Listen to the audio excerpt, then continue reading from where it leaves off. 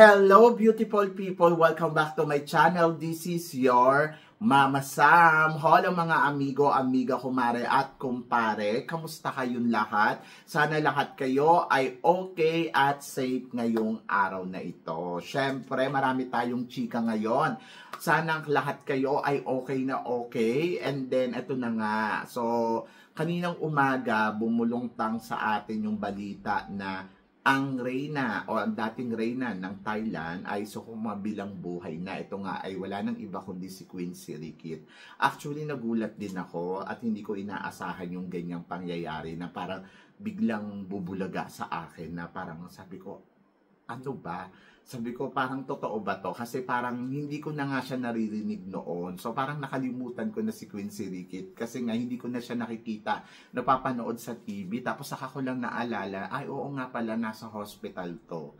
And then, ayun. So, kanina, sumakabilang buhay na sa edad ng 93 years old. Sobrang antagal din, no? 93 years old. Yung asawa niya niya to, mabot ng 96 or 99, parang ganon.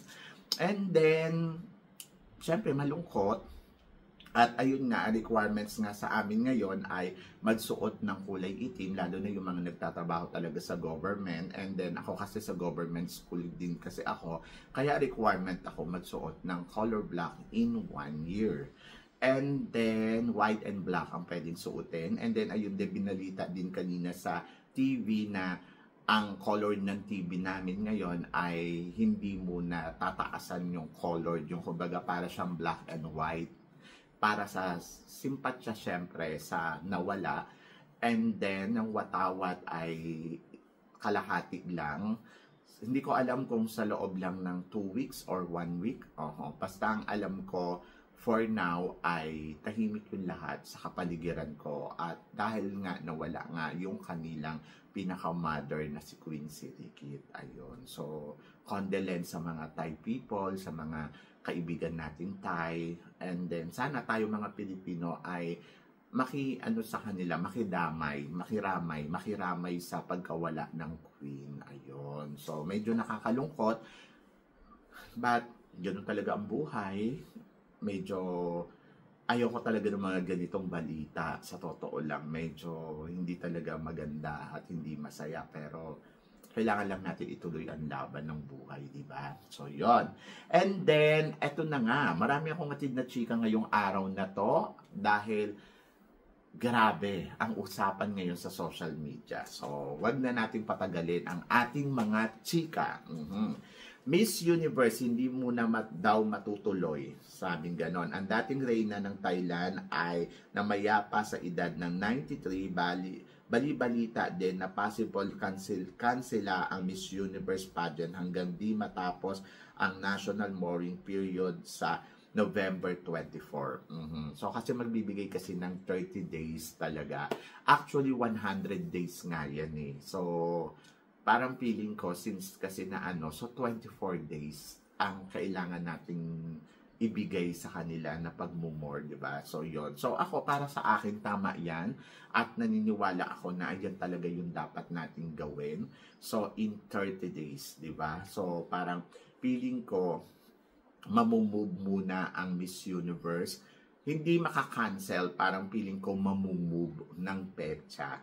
Kasi nga, syempre, sa pagbibigay pugay at saka, syempre, sa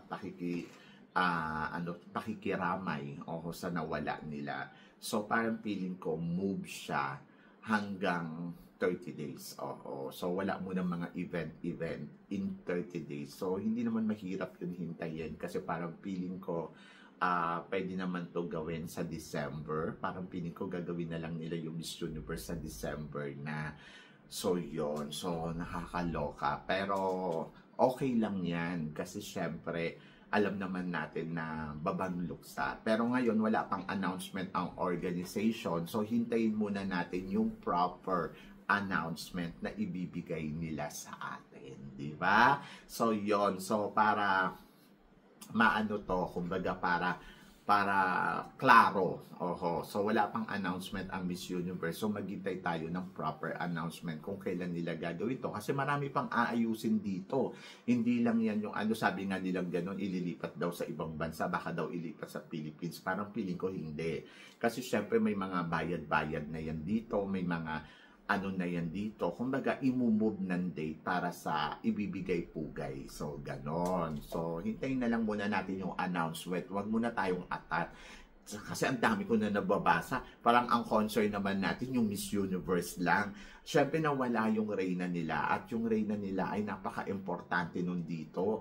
Ang daming nagawang magagandang bagay ng reyna nila sa mundo ng Thailand. And then parang feeling ko talaga ang concern lang ng sambayan ng Pilipino ay kung paano na yung Miss Universe nakakaloka. Siyempre nakakaloka kasi parang hindi natin ito inaasahan. Tapos ayun nga, padating na rin yung ibang candidate. So sabi ko, paano kaya yun? Pero take it easy lang guys. Hintayin natin yung proper announcement para sa mga ganitong bagay. Diba? So, yon.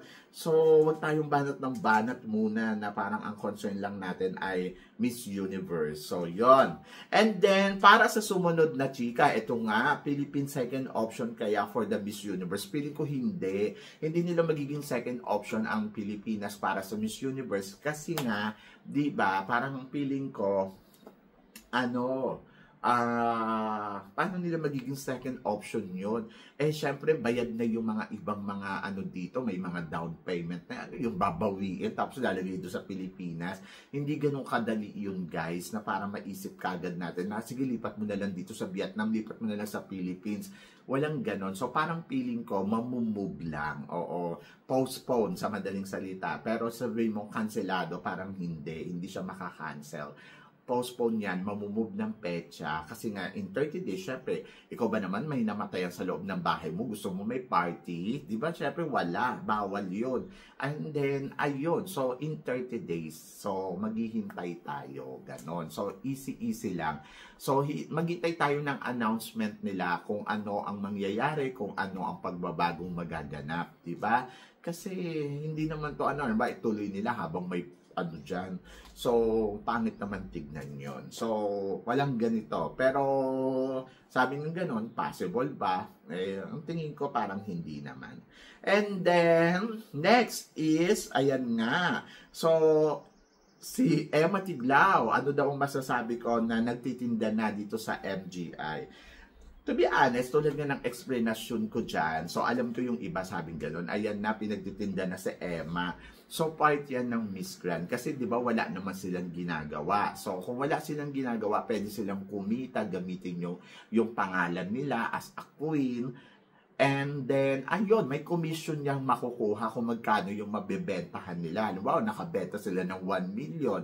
Eh, di may commission silang makukuha doon na 10% o magkano din yun. Extra money din yon. So, yun. So, kahit sino naman pwede magbenta dyan. Pero, wag na natin gawing issue yan. Kasi, alam naman na natin sa Miss Grand na part yan ng Miss Grand. As long happy naman yung queen sa ginagawa niya at may makukuha siyang extra money. Why not? Di ba? So, tigilan na muna natin yung mga ego-ego na nako. Yung Miss Grand naman, ayan o. So, in fairness naman sa iba, wala naman akong naririnig. At sabi nga nila, ang cute daw tignan. Pero yung iba, nagtataas talaga ng kilay. Diyos ko, nakakaloka. Parang, doon sa mga nagtataas ng kilay, ay nako, Diyos ko, move on. Pero doon naman sa natutuwa, maraming salamat. Sana naririnig ko rin sa inyo noon, yung mga naririnig ko, no? Ganyan din sana yung sinasabi ninyo, sa sinasabi nyo ngayon, di ba? Kasi noon, parang ang tingin ninyo, ay, nako, yung Miss Grand, ganyan yung ginagawa. Pero ngayon, dahil ang reyna ay Pilipina, oh, okay lang yan. Enjoy, have fun, ang saya, di ba? Diyos ko, bigla nang bumaliktad talaga ang mundo. Pero ako, masasabi ko lang, para maintindihan ninyo lahat, ang pagbebenta ay walang masama sa ginagawa nila. Ito ay marangal na trabaho. Reyna ka man, doktor ka man, kung ano ka man, ay pwede mong gawin to. And then, it's all about how to earn money. Kasi syempre, sa pagbebenta naman ng mga queens na to, ay meron silang komisyon na makukuha dyan. And then, halimbawa, tingnan mo, chika-chika lang sila dyan in how many hours? Isang hour, o diba? Palagay natin, isang oras o 30 minutes. So, chika-chika sila dyan. Pagkatapos, yung magkano yung makukuha nila sa araw na yon, sa oras na yon, ay meron silang komisyon na 10% kay Mr. Nawat. O, ayaw mo yon? So, kung naka 1 million sila, magkano yung 10%? O, di, malaki-laki din yon. Kumita ka ng ganung kalaking halaga sa ganung oras lang na binigay mo. Di ba? Practical. At sinong ayaw ng pera? O, di ba? Why not? Kahit ako gawin akong reyna ng Miss Grand And then, ko sabihin sa akin, sige, may commission ka. Umupo ka dyan. Pagbenta ka. Why not? Di ba? So, walang masama sa nakikita ko sa ginagawa ngayon ng Miss Grand dahil ay meron silang napapakinabangan dyan at maganda naman yung mungkain nila. O, di ba? So, yun lang yun. So, tumigil na tayo dun muna sa momento na parang hello, na parang advocacy. Sino bang may pageant ngayon na gumagawa ng advocacy? So, sa mga ganito, Miss Grand, Miss Universe, guys, 2025 na ngayon, iba na ang pageant today. O, di ba? So, move on tayo dyan. Ganon. And then, para naman sa sumunod na chika, Mama Sam, tingin mo, CJ Opiasa, pwede kayo mag-Darna. To be honest, after niyang isabit-sabit doon sa why not? Kung kaya naman ni CJ, di ba? So, kung may offer sa kanya na, mag-Darna ka, bakit hindi? Sexy si CJ, maganda si CJ, di ba? So, sabi ko nga, sana mabigyan siya ng magandang offer ng mga station na pinikula or something series na parang alam mo yon na pwedeng gawin ni CJ Opiasa bilang kapalit ng Miss Grand, di ba? So kung gagawin siyang artista at gagawin siyang Darna, bagong Darna, why not? Di ba? Pwedeng-pwede naman at kayang-kaya naman ni CJ Opiasa na lipad, Darna, lipad. Ganon. So, eto na ang sumunod na chika natin. Sabing ganon, Bina, super alay na para sa magiging laban niya sa Miss Universe. Anong chika mo dito, Mama Sam? May nabasa pa nga ako kanina, sabing ganon, ayan na. Bongga na, simpatya to para kay Bina para manalo daw ng Miss Universe. Diyos ko, pati ba naman yung mga getong bagay ginamit ninyo, nakakaloka kayo. So, yung pag-aalay sa Buddha, alam mo yon, yung mga ganyan na ginawang orasyon ni Bina yesterday, yung mga pasayaw-sayaw doon at nagbigay ng maraming prutas. Isa yan sa mga alituntunin dito ng mga tao na parang kung gusto nilang humingi ng isang bagay. Ayun, ganun yung ginagawa. So, yun, di ba? Sabi ko nga sa inyo, ako sa totoo lang, malaki yung paniniwala ko sa ganyan. Once na humingi ka, pwedeng ibigay sa'yo. Pero ito ay binibigay lang sa mga pure yung heart. Alam mo yon? Yung talaga yung puso mo, malinis yung intention. Doon ako naniniwala. Kung halimbawa, nag-alay ka, so pumunta ka sa isang temple na ganito, pero yung dinidedicate mo yung pagpunta mo doon. Tulad ng ginagawa ko, yung kay Kurt, sabi ko sana manalo si Kurt, sana igabay si Kurt. Tapos yun, mag-aalay ka ng something, tapos yung matutupad yung wish na yon sa taong humihiling kapag yung heart niya is pure heart, tapos malinis yung intention. And then, yung kay Emma din, di ba, sabi ko nga, first time kong akyatin yung napakatarik na ang daming hagdanan doon, na parang pagdating ko doon sa tuktok, sabi ko, pero kasi since na may gusto akong hilingin doon, ayun, so ginawa ko yun yung best, di ba? Yung mga tipong ganon. And then si Bina nakita ko, ganon din yung ginagawa. Why not? Matupad ang wish niya doon. Kasi may sayaw pa yun eh. Oho, may ano pa. Tapos may ano yon na babalik ka, na mga, basta may alay-alay din ulit. Ganon. Hindi imposible na matupad yung pangarap niya. Kasi parang, feeling, sabi ko nga, basta pure heart yung puso mo, yung malinis talaga yung intention mo, malinis yung mind mo, wala kang natatapakan ng ibang tao, hindi imposible matupad yung wini-wish niya doon. So, yon ganon. Kasi yung bawat ganon ay isang malaking pag-aalay yon. At naniniwala ako na kahit sinong tao ang gumawa nun, basta mabuti yung intention, matutupad. So, yon. Kaya ganun yung paniniwala ko talaga sa mga ganyan-ganyan. Kasi, syempre, ang buhay naman natin, syempre, kaya nga may hangin, di ba? Kaya nga may tubig, kaya nga may mga puno, di ba? Kumbaga, parang may mga Diyosa dyan na, alam mo yun, sa kapaligiran natin, maliban doon sa God natin sa itaas. O, di ba? So, ayun, naniniwala talaga ako. Kaya nga may ghost di ba? So, yun. Ewan ko, nanginilabot ako pag ganyan ang pinag-uusapan. Kasi nga, totoo. Ganon. Para sa akin, ha? Pero, syempre, higit sa lahat, yung paninalig mo talaga, nasa itaas, 100% yun. At naniniwala ka, syempre, sa kanyang anak na ibinigay sa atin na ayon ay wala nang iba kundi si Jesus. So, yun.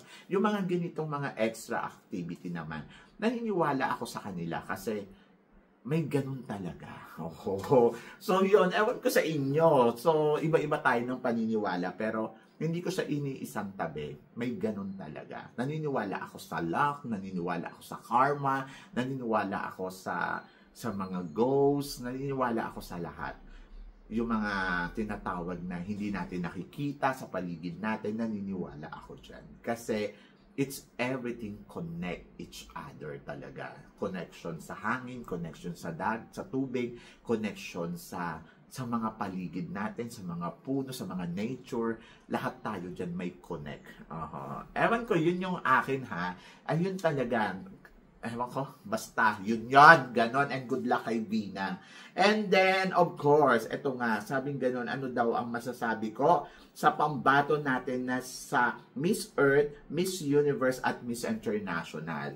Siyempre, si Joy, si Atisa, at saka si Mirna, malakas sila bilang kandidata ng Pilipinas sa iba't ibang klase ng international pageant. Katulad din nila Emma Tiglao, katulad din nila Kurt, at kung sino-sino pa na nilaban natin sa international pageant na nag-place, na winner, like example sila Kenneth Marcelino, di ba? Basta naniniwala akong prepared sila at naniniwala ako ngayon lalo na nanalo sa Emma na ay malakas talaga ang Pinay Beauty. Kasi ako dati parang iniisip ko, ay baka hindi sila mag-penetrate dito. Pero yung nakita ko na sila tapos unti-unti na silang nananalo, doon ko naiisip na grabe talaga ang galing ng Pinay. Oo, grabe ang galing ng Pinoy. Talaga yung determination, yung work hard, nandoon talaga. At once na tinrabaho nila yan, hindi imposibleng hindi makita yung galing nila at sila ang manalo. Kaya ako, lagi ko sinasabi sa inyo, magtiwala kayo sa proseso nila. Kasi kung ano yung hinanda nila dyan, ayun yung ilalaban nila. Kung parang feeling mo naman, ang hina naman kasi ng kalibre niya eh. Hindi naman kasi siya malakas eh. Ang hinihingi ko sa iyo, pagkatiwalaan mo siya. Kasi walang makakapagsabi na ikaw ay hindi ka pwedeng manalo kasi mahina ka. Ay, ikaw mananalo ka kasi malakas ka. Walang pwedeng magsabi nun. Kundi ang makakakita ng work nila, yung mismong organization. At yung organization, once na magustuhan yan sila, ayun yun. So tayo, dapat suporta ang binibigay natin diyan sa mga kandidata natin kasi they are work hard. Yung team, yung designer, everything. And then dapat maging proud ka sa kanila kasi eto na, lalaban na sila. So, dapat yung suporta talaga 100%. Pero nagugulat ako sa iba na parang ang easy sa inyong mag-judge na, ay nako, hanggang top 12 lang yan. Ay nako, hindi makakarating yan sa dulo ng competition. Ay nako, hindi mananalo yan. Sana tama kayo sa lahat ng sinasabi ninyo para mangyari ko ano yung gusto nyong mangyari. Pero isa ng bagay ang naiisip ko. Hindi hahayaan ng Diyos na mabaliwala yung pinaghirapan ng mga taong to dahil they are work hard, very hard, di ba? So, I hope na naiintindihan natin yung lahat. So, yon. So, laban lang Philippines and support. Bilang vlogger, natural, supportahan natin sila ng bonggong-bongga. And let's see yung proseso. Doon natin sila husgahan kapag nakita na natin yung proseso nila medyo hindi nag-work doon sa inilalaban nila. Diba? So, yon. Kaya good luck kay Atisa, good luck kay Joy, at good luck kay siyempre, Mirna Isguera para sa laban nila sa Miss Universe International at earth. Diba? So, yon. Kayo guys, ano guys ang masasabi ninyo dito sa mga pinag-uusapan natin ngayon? So, please comment below para at least malaman ko naman kung ano naman ang chika mo dito sa mga tinatalakay natin. Syempre, maraming salamat sa inyong lahat sa suporta at pagmamahal na binibigay ninyo syempre dito sa channel ko. At sa mga hindi pa po nakaka-subscribe, please don't forget to click like and subscribe my channel at i-click nyo na rin po ang notification bell to more updated syempre sa aking mga chika. Sabi ng ganon, always keep smiling and laban lang. So guys, hanggang dito na lang, hanggang sa muli nating chikahan. See you tomorrow. Thank you guys.